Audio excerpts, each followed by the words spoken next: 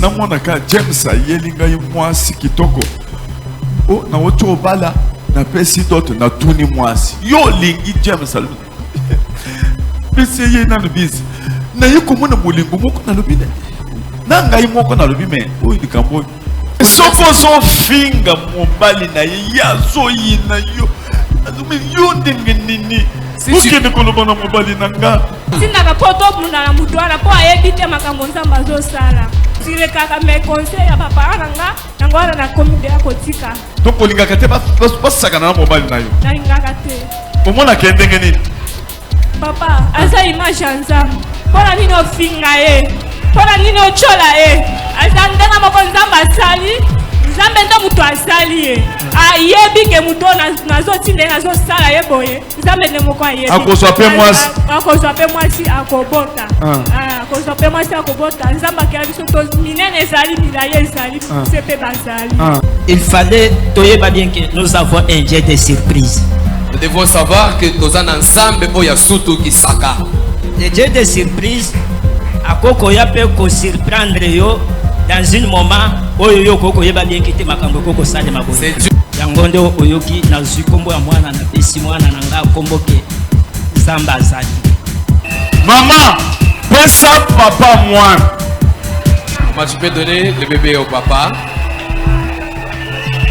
Caméraman aya ko filmer mwana. Tala boy. Mwana c'est comme si tala mwana. Que les caméramans arrivent à bien filmer l'enfant et les zoomer. Ini c'est longi ya mwana bien.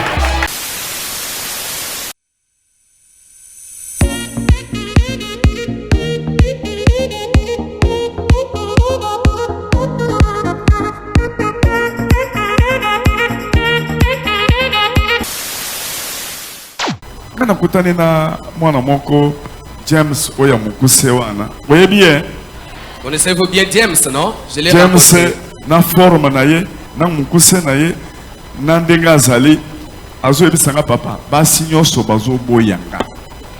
Courage kuta ko yebisa mwasi ke mama il faut na luka mwasi ya mukuse netinga po andima. Sikoyo mwasi soka aza mulai nakende koloba ke mama na lingi yo ser. Soko lobika na ye alobi mukishi wa chinjanga. James bayebisi ye akoko balate. James mwasi ni na kolingi. James a boti courage. Aye ko yebisanga papa. Bondela ponanga nazwa pe mwasi. Kwa banda ko kanga batolo. Akiti na yebise yo okobala. Ayepe na miliki na ye. Linzanza ya miliki. Atindelinga miliki ya nido. Apesinga neto franc. Ale na déclaré. Tango na déclaré ayambiam. Bongo tango James akendeki ko baratine. Ndenge to bandoko lo bato zakina na ba jeune o baratine. Ake ko baratine. Mwasi. Champion zo sekala bi papoyo. Aleki na makambo wana. Biso to kanisi ka bota make ka ndenge wa. E papa ye bi makambo wana. Ndenge ko sala ke James namonaka James ayelinga mwasi kitoko. Oh, na ocho bala na pesi d'autres na tuni mwasi. Yo lingi James alu. Pesi ye na lubizi. Na yiko mona mulingo moko na lubine. Na ngai moko na lubime. Oh, likambo. Tango likambo yeko bimakaka liboso abattoir. Et bouge monde États-Unis. Bato musu balobio azali millionnaire ya Est. Après si pasteur na ye 2 millions de dollars, pasteur qui ko convaincre moi si wana et moi si abanda ki ko linga te makambo epimi monde bouger. Par après to bondeli pona James. Na bondeli pona James na lobi bobala il faut obota. James ba fandi na moi si na ye na sombele pe mutuka abandi ko yekola mutuka abandi ko conduire mutuka. James azui ba parrain ya bien. James aboti mwana. Na kei kotala mwana. Natala mwana boy. Mwana ngo nechika James. Makolo mukuse, maboko mukuse. Bongo mwasi James na mwana na yazo linga mwana. Ngale binzambi wani. Mwana ku James. Echo chidumbu nchikolo. Na bonde diwa. te taille kutu ya James ezaki bien owan mukuse koleka James maboko mutu mukusinga benzambi ninje chilungwe chinjije Quand vous regardez les bras de l'enfant, les jambes de l'enfant, en tout cas comme James, cela m'avait... J'ai commencé à me James demander. azaki mulai James était un peu géant par rapport au bébé.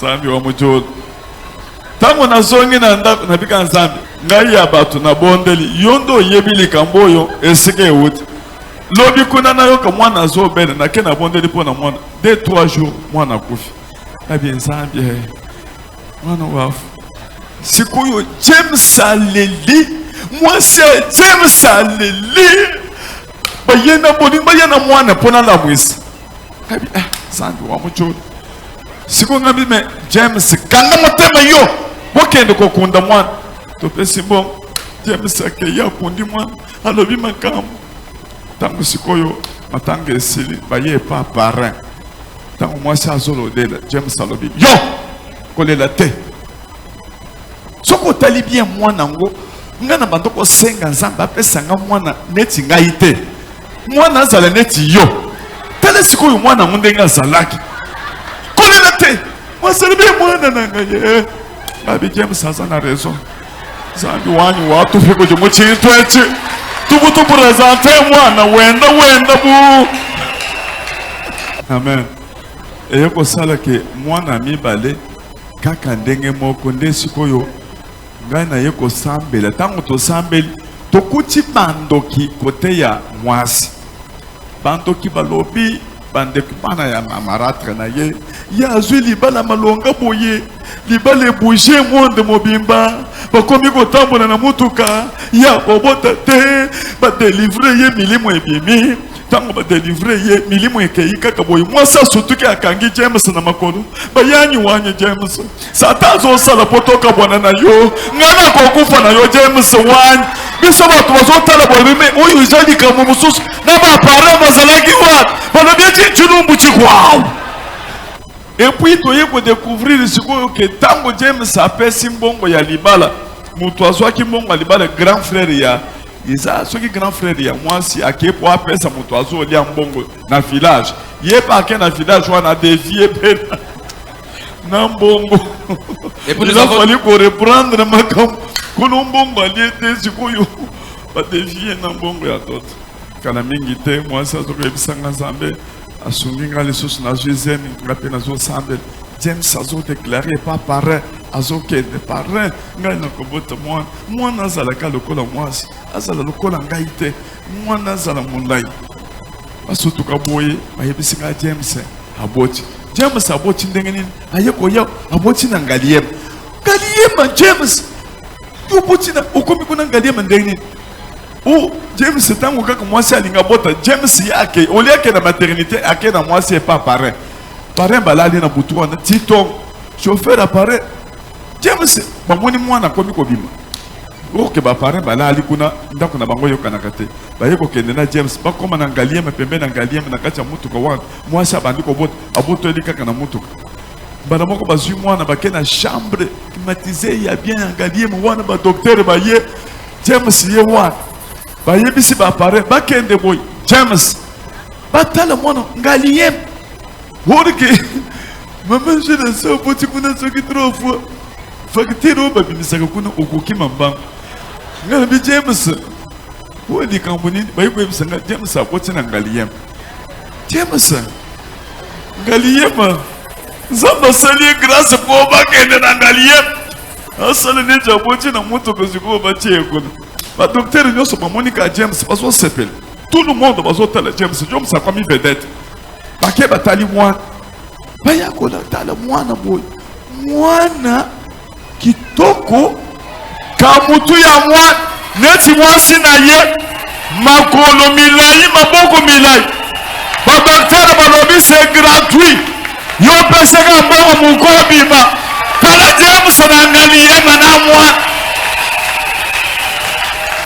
place nyonso James akoma kazaka vedette po balanda ye monde entier soki akomi kaka na place aza vedette erreur asalaki ezaki akamati mutuka na sombelaki ye akomaki déjà ko conduire mutuka so tia ba kusemboyi soki ba roulage ba moni bazo kabile na mbongo akamati mutuka apesi mutu mususu salana no mutuka oyo opesa ngambongo osala ka transport yo mutuka na pesi opo tambola kanango oza vedette ndenge nini opi ndako zo futa tout ça okendo kamata mutuka yo bakamati mutuka soki bakima ye nango akomi koyama kolo James mutuka eza wapi tala James abanyema kule muntu bato mosusu kutu bayeba ke James mwasi akima ye bamusu balobaka mwasi asakima mwasi zoka James baza kole na mwasi réalité ya bato ezali vérité ya Nzambe te vérité ya Nzambe eza ke James azwi mwasi azolinga ye James pe azobota lokola mujangomba abanda koloba ifuna bota pe bana kitoko lokola mujangomba bana nyoso balandi mujangomba te balandi mujangomba na mwa elongi muke mais basana makolo basa bien atozolo bana bino lelo nde mukolo James ayepo a présenter bino mwa na mwasi na yebo beta maboko ba mama boza jaloux. Ne soyez pas jaloux, poussez les cris de joie et acclamez très fort.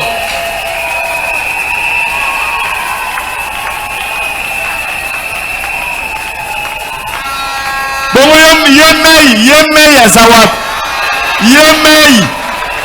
yemei ya lobite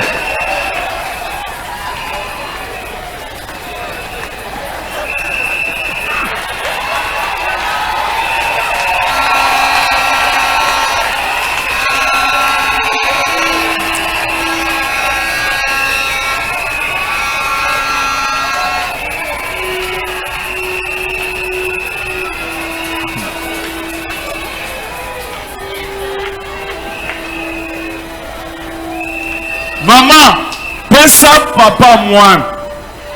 Maman, tu peux donner le bébé au papa. Caméraman aya ko filmer moi. Talaboy. Moi c'est comme si. Tala moi. Que les caméramans arrivent à bien filmer l'enfant et les zoomer. Ini c'est longi ya moi na bien.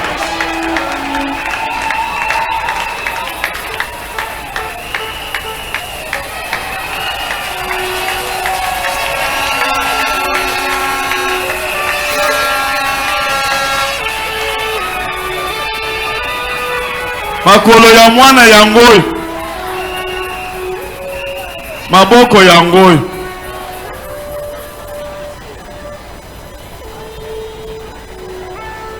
mutu ya mwana yangoa Osana mwana ya David Osana ese micro c'est David, Hosanna utumbe, Hosanna mwana wa David, Hosanna utumbe.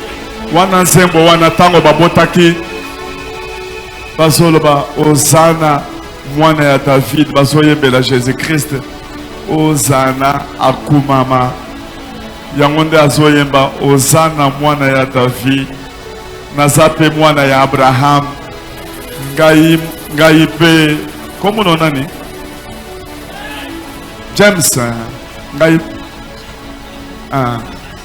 Zambazali James alobi mwana ya David Zambazali Zambo longoloka batu soni na boti mwana landi elongi ya mwasi nanga Le Dieu qui essuie les larmes et qui ôte l'opprobre sur les hommes. Zamba kumama Qu'il soit loué, c'est Dieu là qui nous a donné James amemi mwana na maboko. Aujourd'hui James porte les bébés entre ses Mwana mains. akokisi combien de mois? 2 mois. Akokisi déjà 2 mois. Une semaine. 2 mois semaine. et 1 semaine. Incroyable mes frères. Vous allez nous avoir besoin de photo. Vous avez une photo, il y a bien, il y a bien 4 mois.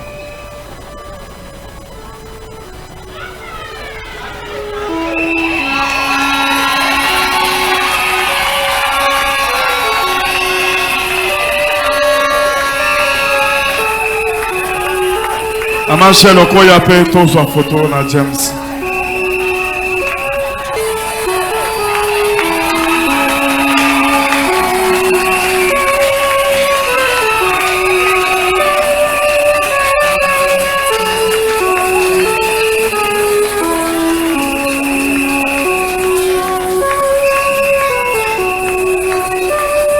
Ça va.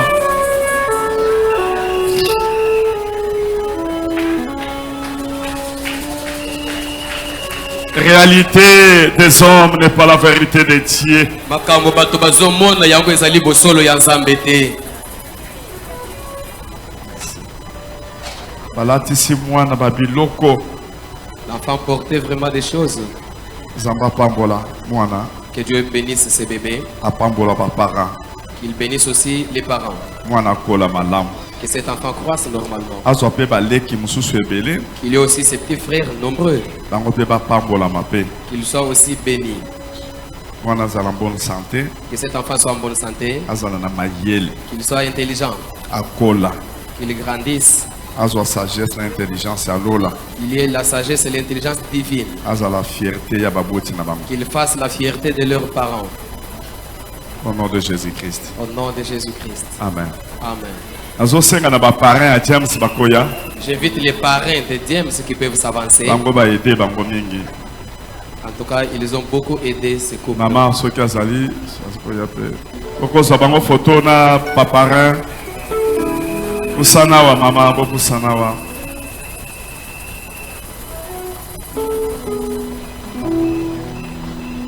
Ozwi bango ba photo na ba parents. Moi c'est à James azoyebisanga na litoi papa. La femme de Sonyo nga na James, mona. en tout cas, la honte que j'avais subie. Mokolo mosusu na église bozomona ba église eza na makambo hein. En tout cas, il y a des choses qui se passent à l'église.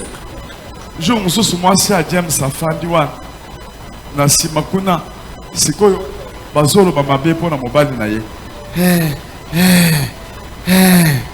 Mobali yango mwasi alingaka te moto aloba mabe ya mobali.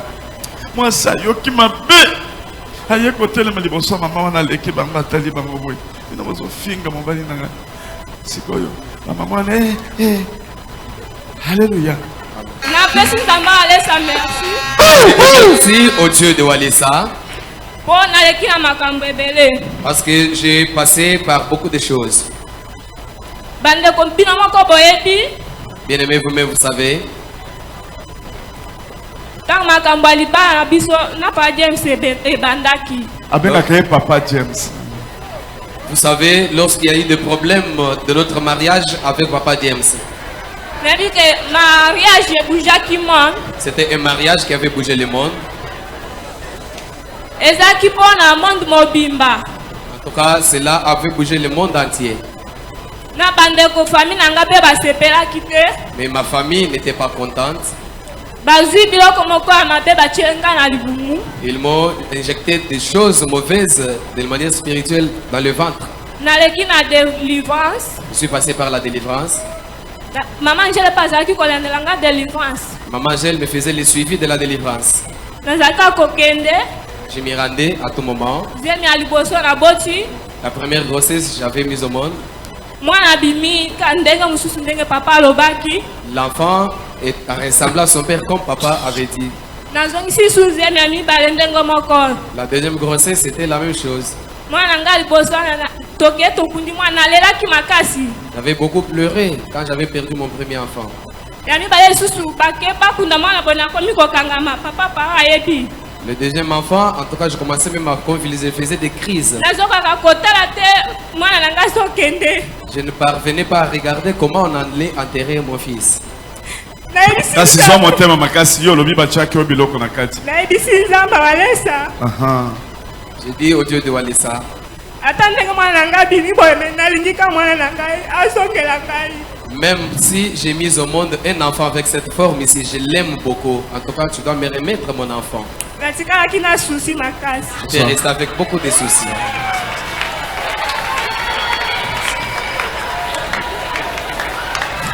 mpe na baconseil ya baparent na biso tozwi Grâce au conseil de nos parents, Nos parents ne faisaient que nous fortifier de ne pas pleurer. Ils nous disaient que Dieu existe.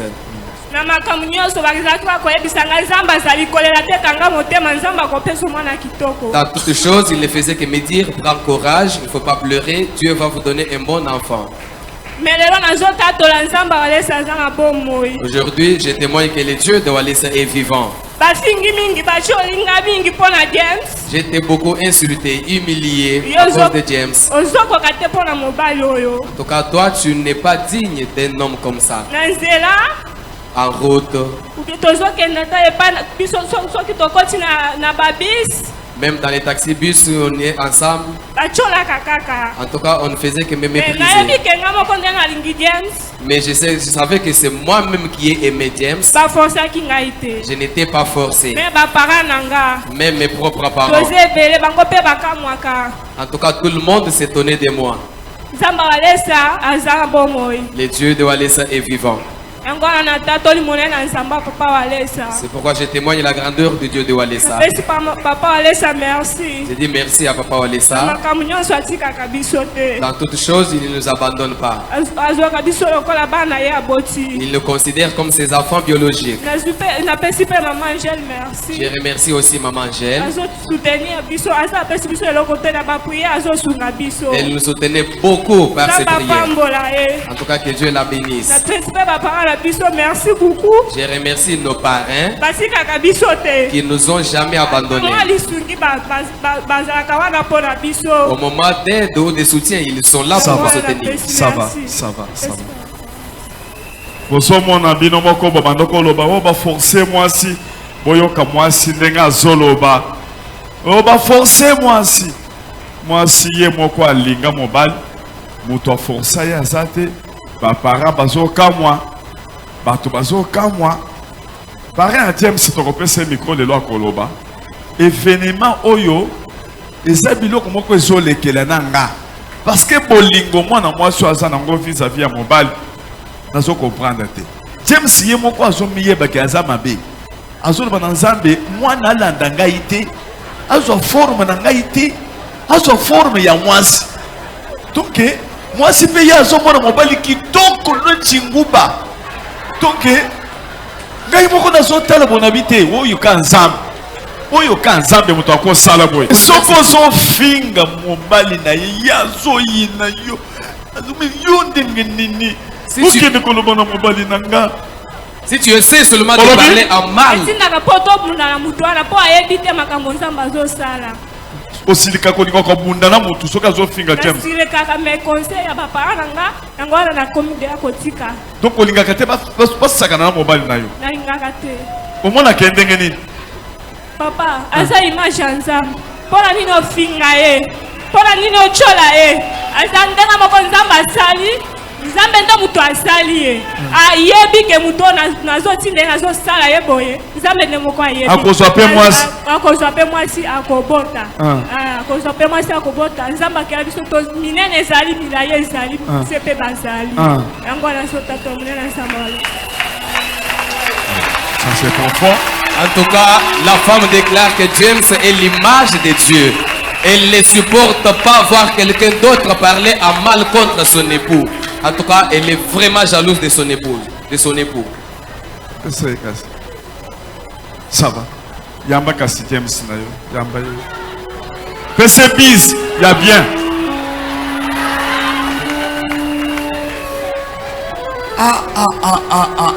Soka nde mwana oyo azalaka mayele boy. En tout cas, je ne savais pas que cet enfant est intelligent. Tu m'as surpris aujourd'hui. Maintenant, c'est aujourd'hui que je te découvre. Maintenant, sous une autre. Et puis, tu chantes bien. Tu as bien chanté. Zamba pesinga mwana kitoko. Zambe boya kotala asana bomoy apesinga mwana malamu.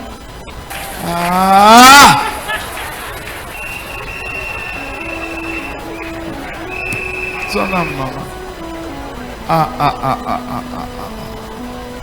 Hey. Bolu kela ngaba kitu mususu. Mama, fanda wa. Fanda. James. Pour que les James que tu me sois Fanda.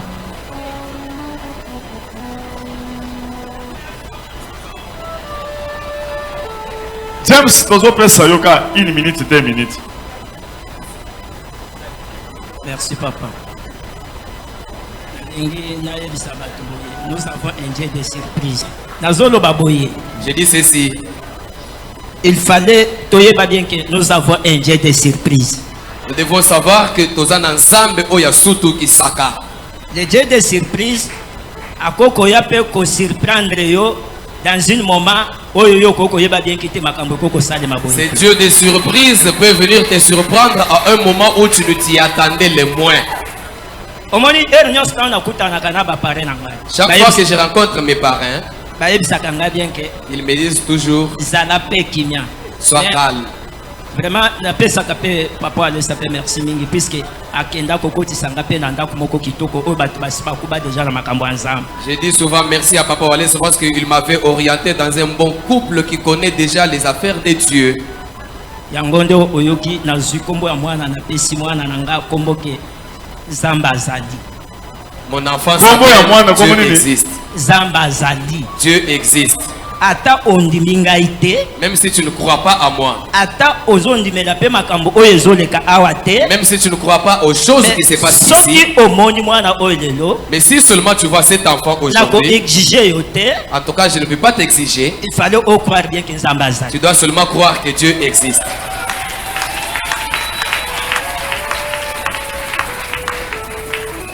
Merci James.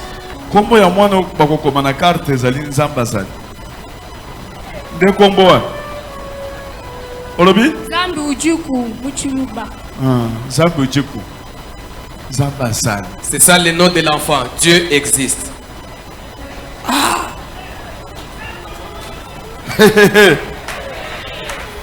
Nazopesa église 1 minute. Quand je vous accorde d'abord 1 minute pour que vous puissiez vous étonner, dire en tout cas Dieu existe. En tout cas, Dieu existe. Dieu existe. James Fanda, what is a révélation?